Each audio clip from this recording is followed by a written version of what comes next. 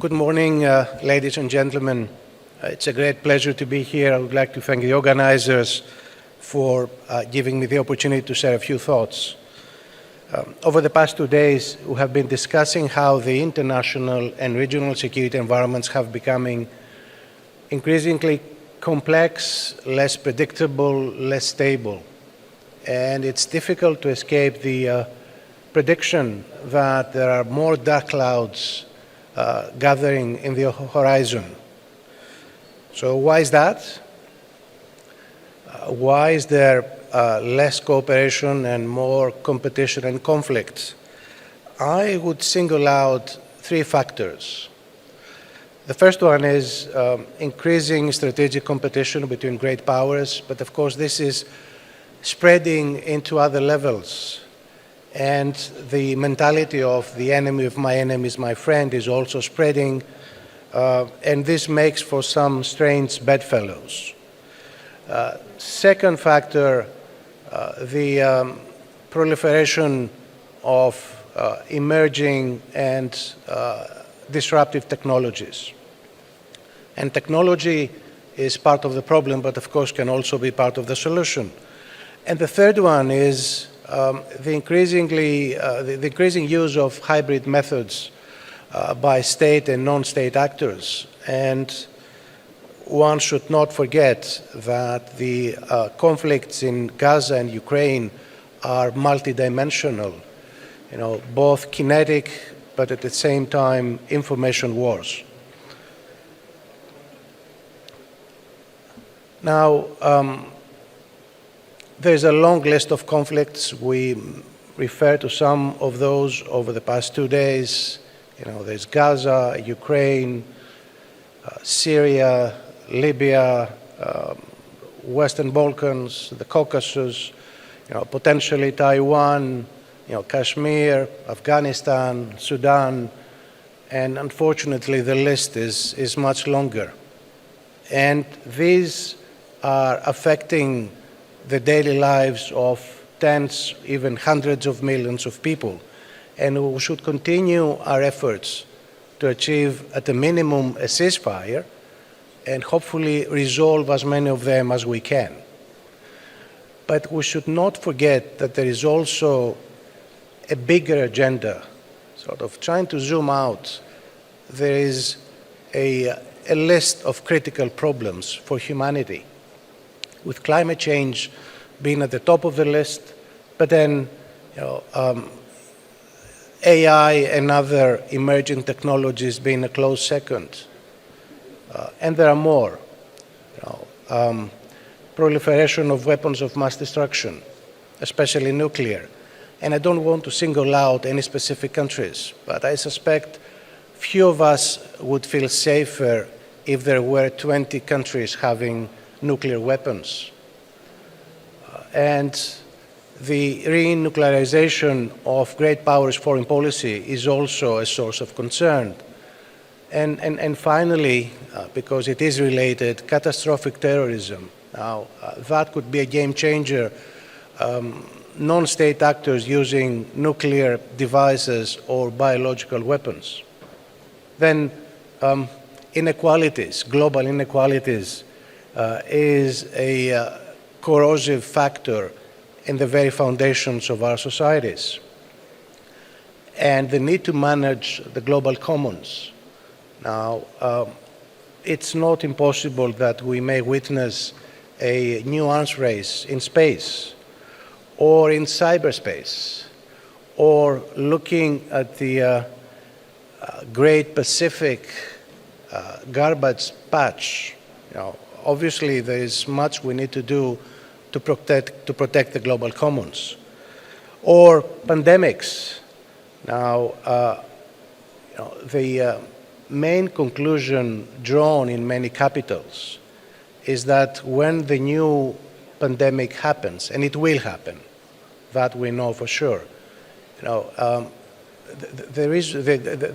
conclusion was not that we need to have a more robust and coordinated international response, but we need to invest in de-risking shorter supply chains and national responses.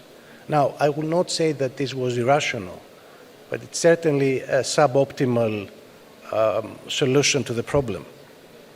So we have this list of very important global challenges.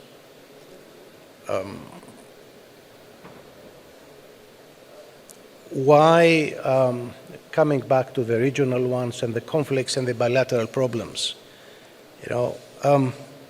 there are a lot of reasons for increased competition, perceptions, misperceptions, the burden of history, miscalculations, group thinking, perhaps a bit of sleepwalking, and certainly national interest as perceived and defined by governments. And these are pushing us towards more competition, more conflict, and less cooperation. But let's not forget that we may be faced with extinction events. I don't want to sound too much like a Cassandra, but it's not impossible that either one of the global challenges I mentioned by itself or a combination of events could have a severe impact in our ability to live in this planet in relative comfort. So what is the solution? And I should also add here that problems like climate change or the management of artificial intelligence and other emerging technologies cannot be efficiently taken at the national level. Even large coalition of states would not be enough. We need global efforts and global regimes, otherwise the efforts will be futile. So we are faced with a simple problem, two parallel agendas, closely connected and interacting with each other. One is important and very complicated regional problems, all those that I mentioned and many more. And the other is a more global agenda. And we need to address both at the same time, whereas there is increasing competition, even conflict between great powers or regional powers. Well, obviously, a very difficult problem. How do we solve it? I could offer a couple of recommendations, like a new mindset. Not all problems or situations should be perceived as being zero-sum.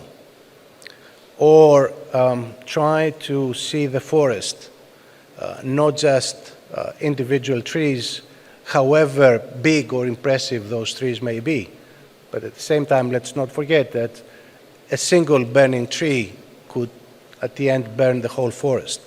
But the truth is, there are no easy answers to that challenge. How do we pursue two parallel agendas, one global, one regional or bilateral? And I suspect there are no easy solutions, no magical formulas. Perhaps this is an interesting new project for the Soufan Group, or maybe even the government of Qatar, which obviously has a long-term strategic vision, but also a problem-solving approach.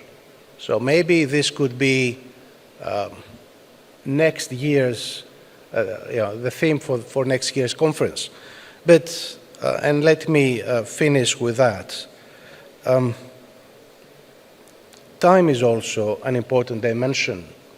Many would say there is a clock ticking when it comes to those global problems, and time is not necessarily on our side.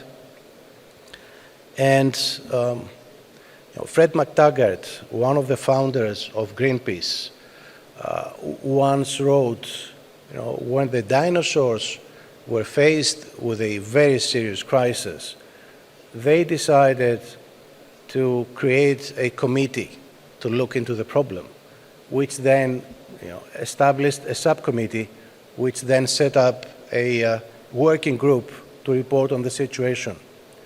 Well, we all know how that ended up for the dinosaurs. Thank you very much.